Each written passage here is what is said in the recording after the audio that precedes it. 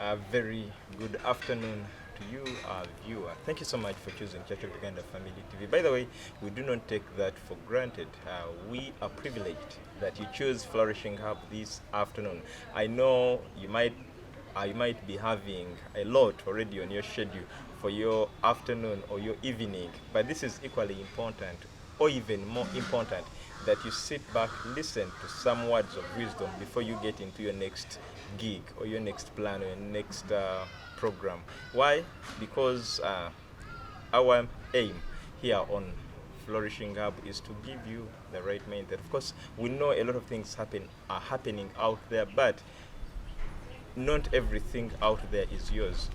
Until when you learn that not everything is yours, you shouldn't be part of everything, you'll always omit very many mistakes. That is why we are grateful to Young and Flourishing Foundation that is behind this whole arrangement of Flourishing Hub. And just remind you that Flourishing Hub is on every Saturday at 2 p.m. So immediately after Gospel Vibes, we are here to speak to you, especially the youth. And with us today, we are privileged to have the man himself. It's been a while having him. I don't know when he last appeared, but here we are. He's going to tell us more about what we missed for the time he has been away. From our side, how Young and Flourishing Hub, Young and Flourishing Foundation is, Young and Flourishing Network. You'll also differentiate between Young and Flourishing Network and Young and Flourishing Foundation. Join me as we welcome Herbert Sabiiti. It's a pleasure having you, sir. Thank you so much. It's been a while. So even I've grown gray hair, gray beards. Gray beards. So that actually shows that it's been a while. We last saw you when the beards were black, like mine. True. Yeah, how have you been? I'm okay. I've been fine. Still on the pedal, driving the Young and Flourishing Network. Okay. You asked actually what is the difference between Young and Flourishing Foundation and Young and Flourishing Network. Young and Flourishing Foundation is a company that is managing Young and Flourishing Network. Young and Flourishing Network is a program. Is a program that we are set to mentor over 50 million young people in Africa. It's quite an ambitious program, and we are on the right track. We are excited that you have that ambitious vision of mentoring over 50 million. For Uganda specifically, because really you cannot clean your neighbor's home when yours is still dirty. The recently released provisional results of the national census show that almost 70% of the population currently are young people. What does this speak, especially to your vision of getting the 50 million in Africa? Actually, I think it was an obvious result. Why do you say it was obvious? Because really, all African population are young. It's a young population, so I expected over 70 to be young people. And this can be either an opportunity for African governments or a time bomb. It can be a time bomb. You saw what happened recently in Kenya. And it might happen across Africa because these young people have their own minds. They have their own brains, and if you don't engage them, if you don't utilize their energies, they have a lot of energies. If you don't plan for them, then they become a time bomb, and you'll face it rough. I know the policymakers should really take much into consideration about these young people. So at Young and Flourishing, that's why we don't want the young people to raise a desperate generation, but a crop of purpose-driven generation. The generation that living a day with purpose, not just wake up and you go to play pool or matatu, or you go to sports betting or what, but the people who are purposeful. If they want to do business, we guide them, we mentor them to do business. If they want to build their career, we mentor them and build their career. And also, by the way, deploy them. Most organizations are now approaching us to help us give them the right people, because they trust that we have trained the right people, right personnel that they are looking for. Talk about that, there is an employment, but also employability. If someone gets a job, what are they offering? What are they doing? And that's what we are working on at Young and Flourishing Network, to make sure that if you give someone a job, that person is reliable, is trustworthy, and you can go for a holiday somewhere, and you come back and you say, well done, my faithful servant. Yeah. Wow. On average, what is the percentage so far you have reached out on average for now? For now, we have flourishing hubs in Makerere University. We are trying to open now in the secondary schools. We have deployed over 100 young people whom we have trained, and they are out there working. And the mastermind groups are growing here and there. I think for now we have around 250 young people. In our network. Yeah, 450 in our network. And someone watching me might think, wow, 250, yet you are targeting 50 million people. Yeah, we are in the right track, because in the future there will be just a quick multiplier effect. Those 250 well mentored, they can train others, and the multiplication becomes faster. Yeah. That's really interesting, and we commend you for the work and the teams you work with. Yeah, and it's not about the numbers, it's about the quality of the numbers we are having. And the impact they have. The impact they have out there, yeah. Because at the end of the day, you might release very big numbers, yet in actual sense, they remain average, and we hate being mediocres at Young and Flourishing. Well, but today we want to talk about partnerships, business partnerships. And I mean, when you talk about partnerships, there is a lot that we can get into. People have a lot of issues when it gets to business partnerships. Others come and tell us they are good, although others say, when I remember the other story of so and so and so, I'd rather stay in my sole business. But if we can start from where it all starts, what is a business partnership? Actually, when you called me that you would want to host me to talk about partnerships, yes. I remember the fingers have burnt my own fingers. So you're the right person now that you've burnt your fingers already. Yeah, partnership business is when you look for people, different people, or someone to do business with. Yeah. And a partner is like, when we talk about partner, remember in marriage, this is my partner, this is my partner. So he's your close friend, your close confidant that you want to do business with. That partner can be your wife, can be your relative, or can be your friend, or can be someone who you share similar values and you want to do business with. That's a business partner. What about a friend? They're my friends. We don't share certain values, but I have hope that I can help them transform so that at one point we share the values. Can I immediately trust them to be business partners? You have reminded me there are some people when they are getting like someone is desperate, he wants to get married.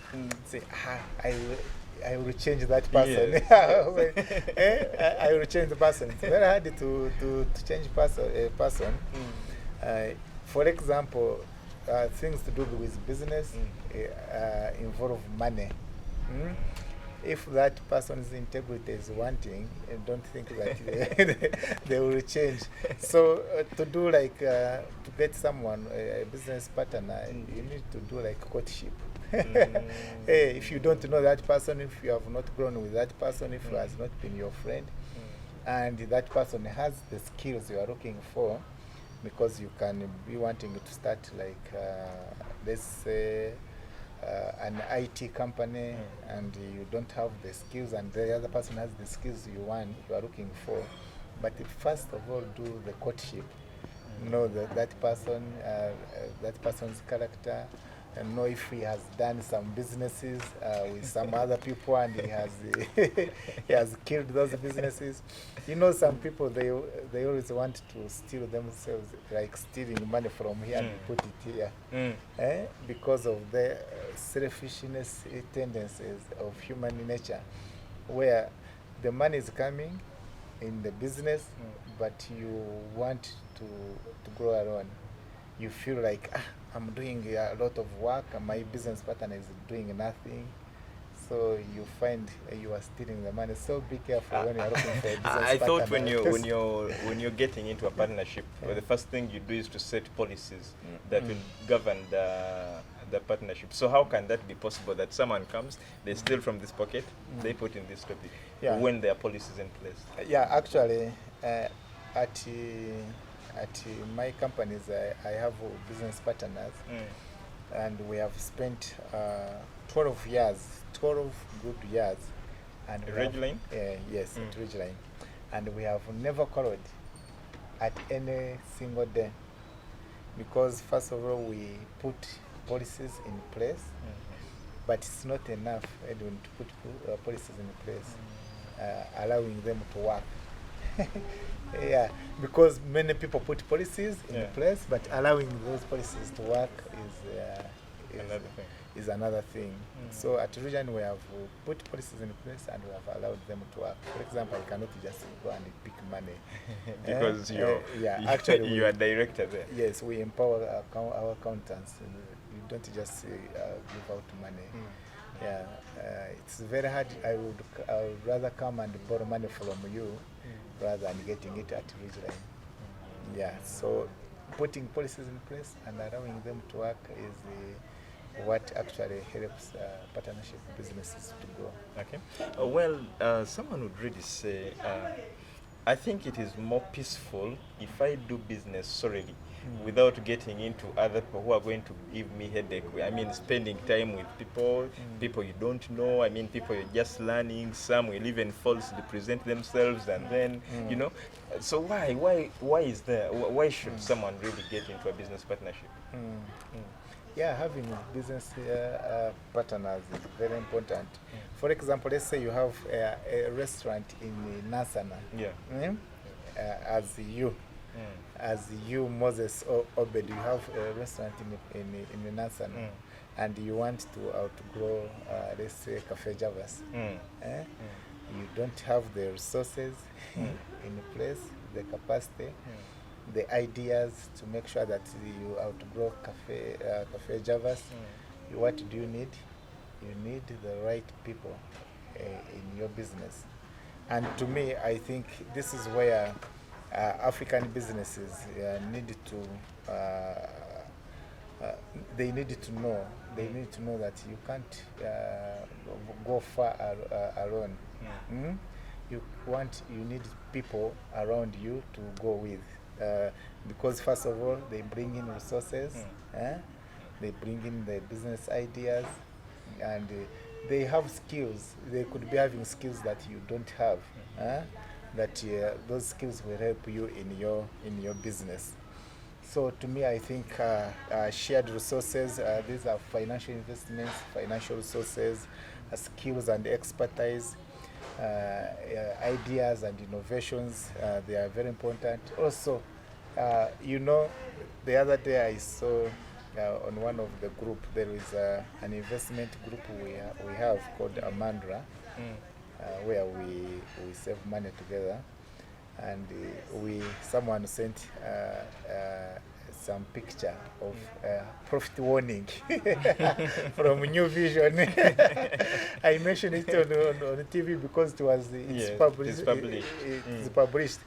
Profit warning from New Vision.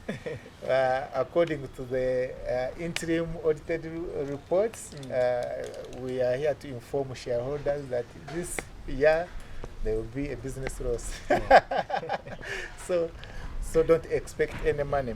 So to me, I think if you make a loss as an individual, it hits you harder than making it as a group. If there is a risk that has hit your business and you are so many, you share the risks. But if you are alone, you are hit, and you know, these days we have this issue of mental health. You find and by the way, it is very expensive to treat depression. Very expensive. Also, network and connections. You know, I can have network. Most people think and say, and I think it is true, that they have network in church circles, a lot of network in church circles. So someone can have network in church circles, someone can have network in another Rotary Club or somewhere. So you have many networks, and you bring those networks, they are your clients. Those networks are your clients. So instead of you spending a lot of money marketing or advertising, you have different networks, and those are your customers. Also, like now, today Saturday, I am here. Maybe I could have gone to Ginger in the field to inspect, but my business partner is there. So you share the work, share the workload. So that's why you need business partners. In other words, you don't become a prison of your own investment. But also there's that, I think I mentioned it, emotional and moral support. If you are there alone doing business, you know, doing business is the motivational speakers, I will say, you go and start your business, but when you reach there, it hits you. And you regret. It has hit me very many times. But now, when you are hit and you have a group of people, it gives you an emotional and moral support.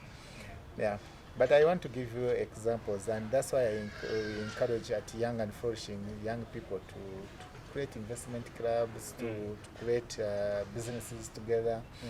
There is this Amandra. I didn't ask permission. I don't know whether I'm their chairman, so I think I can be your spokesperson. In this group of Amandra, we sat together and we say, during COVID, we realized that this world is very uncertain. We said, but let's start and do a serious businesses that will change Africa.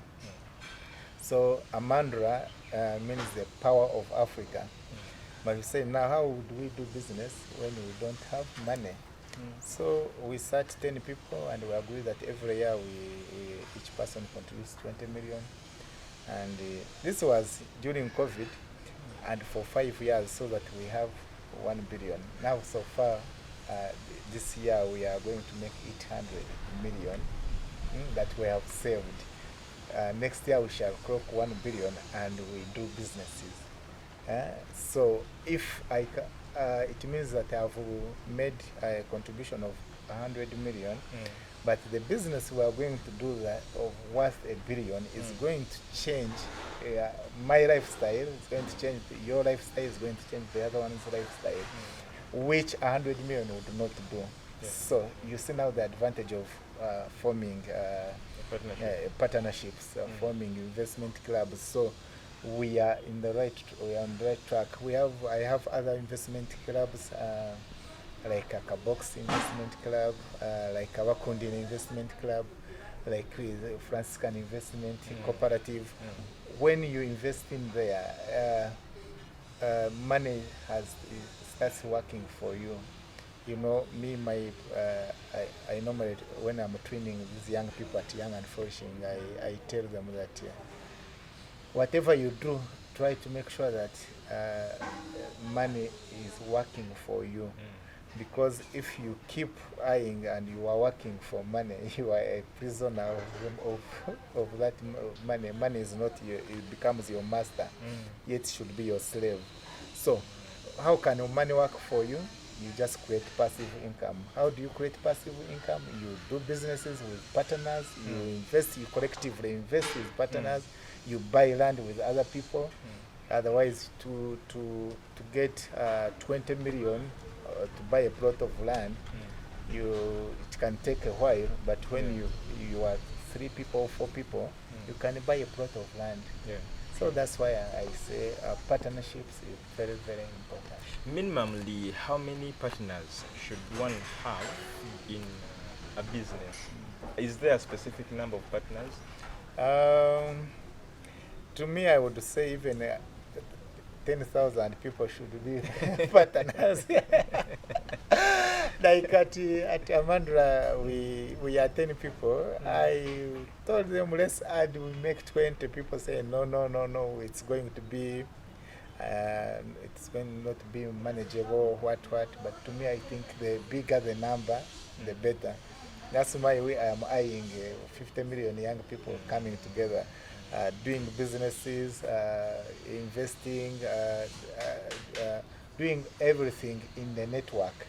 In the network, they can become their own clients, they can become their own employees and employers, what. So I think to me, the bigger the number, the better. That's why even the president always, as you talk about Central region, Uganda, Karamoja, the guy is thinking about about Africa unity. He's thinking about East African integration or what, because he knows the bigger the number, the better. So to me, my answer is that the bigger the number, the better. So you should not limit yourself to at least we should be 3 or maximum 3. No, the bigger the better. And one thing I'm also realizing is that the more number is the more capital you can raise to bring into your business. Well, we are taking a short commercial break, but when we return, there is something very, very serious. Even when we sugarcoat partnerships, as Herbert is trying to show us that they are nice, he said it, that he has burnt his hands very many times, and he's not the only one. We've seen very many people burning their hands. Why do they burn their hands? And what should be done? Should we sit now that we are burnt? Because the proverb says, once burnt, twice dread. Let's come back, short.